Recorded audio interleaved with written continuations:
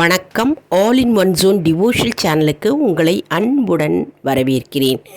நாளைய தினம் 26/11/2024 நாள், அதாவது ஏகாதசி. மிக மிக முக்கியமான நாளுங்க. இந்த நாளில் நம்ம ஏகாதசியின் சிறப்பு மற்றும் விரத முறைகள் மற்றும் நாம் அன்னைக்கு தானம் செய்கின்ற முறை மற்றும் பூஜை, அதை நாம் விரிவாக பார்க்கலாம். அதற்கு முன்னால் நம்மளுடைய சேனலை தான் ஃபர்ஸ்ட் டைம் பார்க்குறவங்களா இருந்தாலும் சரி, சப்ஸ்கிரைப் பண்ணாமல் பார்க்குறவங்களா இருந்தாலும் சரி, நம்மளுடைய சேனலை சப்ஸ்கிரைப் பண்ணிக்கோங்க. கூடவே அந்த பெல் பட்டனை ப்ரெஸ் பண்ணிக்கோங்க. ஆல் என்கின்ற ஆப்ஷனையும் ப்ரெஸ் பண்ணிக்கோங்க. அப்போ தான் நான் போடுற வீடியோஸ்லாம் உங்களுக்கு உடனுக்குடன் நோட்டிஃபிகேஷனில் மிஸ் பண்ணாமல் தெரிய வரும். வாங்க இப்போ நம்ம வீடியோக்குள்ளே போகலாம். முதல்ல நாம் இப்போது வாழ்க்கை சுழற்சி பற்றி பார்க்கலாம். அதாவது இந்த பூமியில் ஒரு ஆன்மா பிறக்கிறது, பின்னர் வளர்கிறது, அதன் பின்னர் பருவமடைகிறது, அதன் பின்னர் திருமண வயதை அடைந்து திருமணம் செய்து கொள்கிறது. பின்னர் அந்த ஆன்மாவானது இறைவனை நோக்கி சில பூஜை புனஸ்காரங்களை செய்து பின்னர் கடைசியில் அந்த ஆன்மா இறைவனிடம் சேர்கிறது. ஆசை பற்றுகளை எல்லாம் நீக்கி கடைசியில் இறைவன் திருவடியை அடைகிறது. இதுவே தான் வாழ்க்கை சுழற்சி இல்லையா?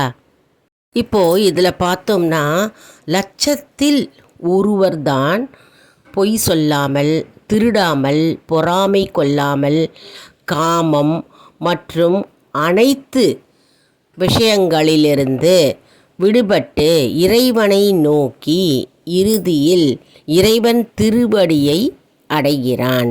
இப்போது சிலர் கெட்ட வழக்கத்தை கொண்டு பொய் சொல்கிறதும் திருடுறதும் மற்றும் பல கெட்ட நடவடிக்கைகளில் ஈடுபட்டு மீண்டும் மீண்டும் பாவ செயல்களை செய்து பின்னர் இறுதியில் அவர்கள் மீண்டும் மீண்டும் பிறக்கின்றார்கள். அதாவது பாவச் செயல்களிலே ஈடுபட்டு மீண்டும் மீண்டும் பிறவி எடுத்து பிறக்கின்றார்கள்.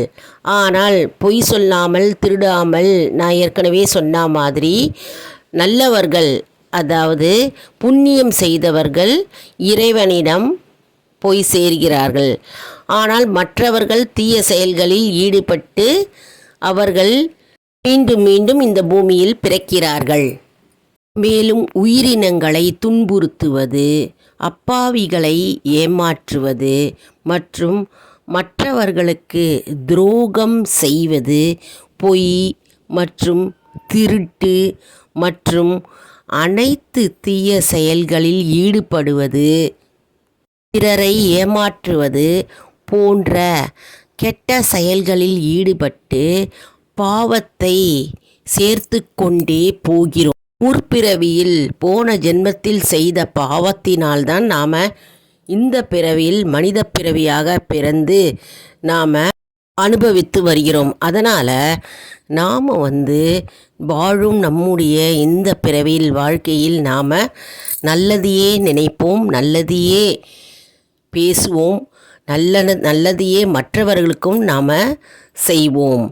கெட்ட விஷயங்கள், தீய எண்ணங்கள் மற்றும் பிற உயிரினங்களை துன்புறுத்துவது போன்ற கெட்ட செயல்களில் நாம் ஈடுபடாமல் இருப்பது நல்லது. கெட்ட செயல்களில் ஈடுபட்டால் நமக்கு மோட்சம் கிடைக்கவே கிடைக்காது.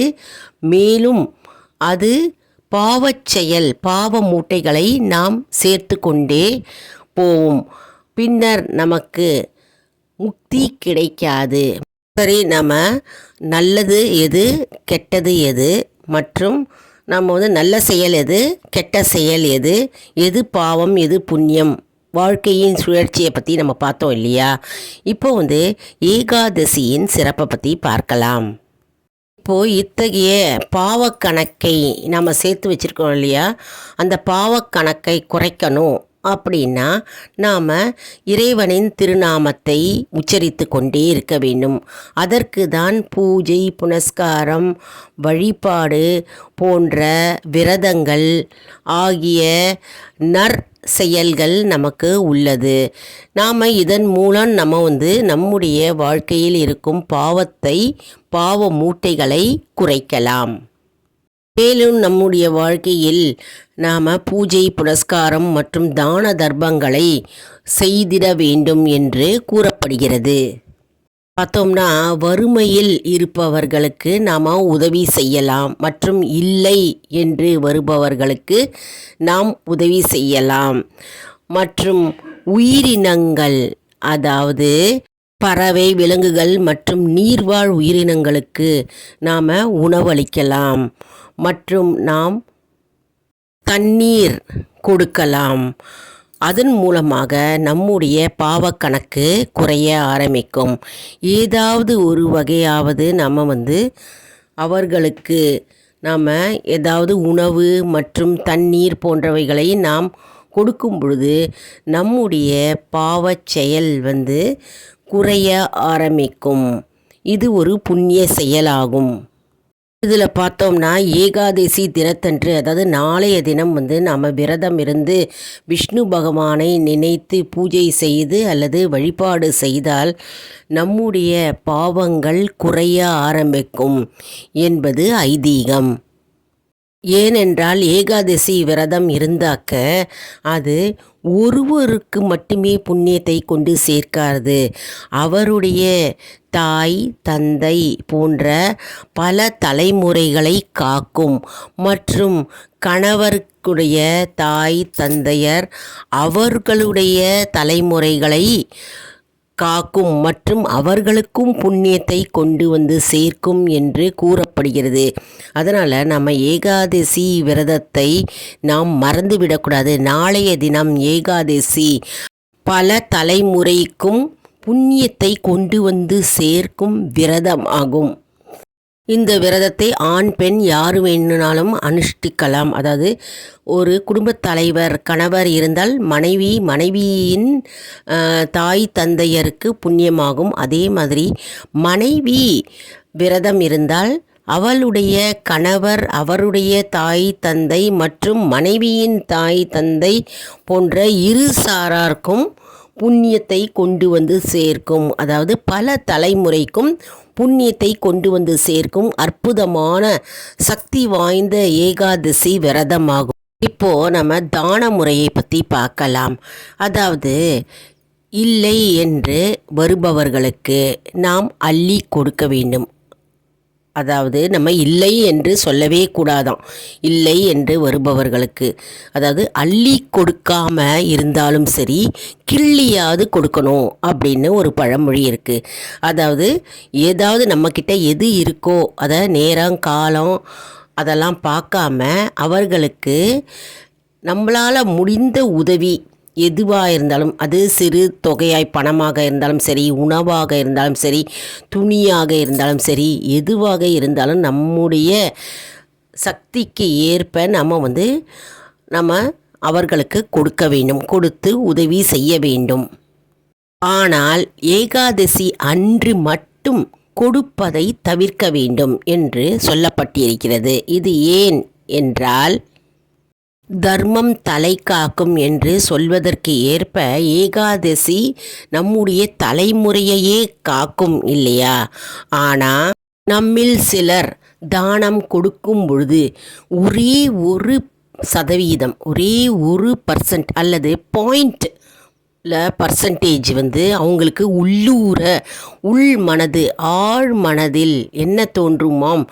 கர்வம் ஏற்படுமாம், தலைகணம் கர்வம் ஏற்படுமாம். அப்படி கர்வம் ஏற்பட்டு கொடுக்கின்ற ஆகப்பட்டது புண்ணியத்தை ஒட்டு மொத்தமாக தூக்கி கொண்டு போய்விடுமாம். அதாவது அவங்க செய்த புண்ணியம், விரதம் எல்லாமே மொத்தமாக போயிடுமா.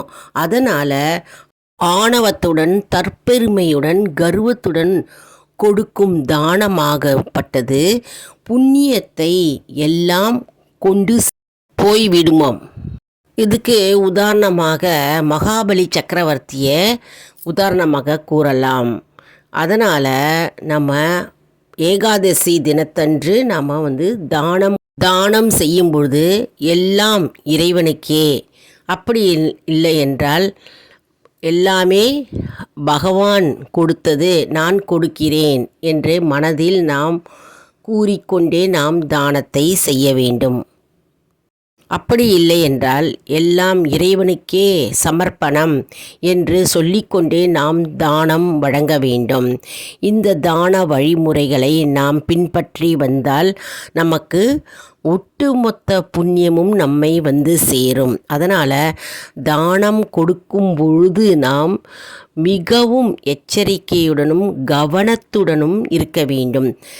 நாம் தானம் ஒருவருக்கு கொடுக்கும் பொழுது நாம் இறைவனுக்கே சமர்ப்பணம் என்று மனதார பக்தியுடனும் நம்பிக்கையுடனும் நாம் சொல்லிக்கொண்டே தானத்தை நாம் செய்ய வேண்டும். அது சிறு பொருளாக இருந்தாலும் சரி, சிறு ஒரு நாணயமாக இருந்தாலும் சரி, நாம் இதை உச்சரித்து கொண்டே நாம் தானத்தை வழங்கினால் நமக்கு முழு புண்ணியமும் நம்மை சேரும் என்று கூறப்படுகிறது. மேலும் இறைவனுக்கே சமர்ப்பணம் என்று சொல்லிக்கொண்டு தானத்தை வழங்கினால் 100 1000 கணக்காக நமக்கே திரும்ப நம்மை சேருமாம். அதனால் நாம் தானம் செய்யும் பொழுது மிக கவனமாக செய்ய வேண்டும். என்ன அன்பர்களே, இந்த வீடியோ உங்களுக்கு மிகவும் பயனுள்ளதாக இருக்கும் என்று நான் நம்புகிறேன். இந்த வீடியோவை மற்றவர்களுக்கும் ஷேர் செய்யுங்கள், அவர்களும் பயனடையட்டும். மேலும் நமக்கு ஒரு புண்ணியம் கிட்டும். நம்முடைய வீடியோவுக்கு ஒரு லைக் கொடுங்க. நம்முடைய சேனலை மறக்காமல் சப்ஸ்கிரைப் செய்யுங்கள். ஆல் இன் ஒன் ஜோன் அன்பர்களுக்கு ஒரு அன்பான வேண்டுகோள். நம்முடைய கம்யூனிட்டி போஸ்ட்டில் கேள்வி பதில் நேரம் வருங்க. அந்த கேள்விக்கு பதில் தாங்க. நம்முடைய ஆன்மீக பயணம் எப்படி இருக்கிறது என்பதை தெரிந்து கொள்ளலாம். இதன் மூலம் நமக்கு ஒரு ஊக்கமாகவே அமையும். இது சப்ஸ்கிரைப் செய்தவர்களுக்கு மட்டுமே தெரிய வரும். அதனால் நம்முடைய சேனலை மறக்காமல் சப்ஸ்கிரைப் செய்து கொள்ளுங்கள். அடுத்த வீடியோவில் வேறொரு தலைப்புடன் உங்களை சந்திக்கிறேன். நன்றி, வணக்கம்.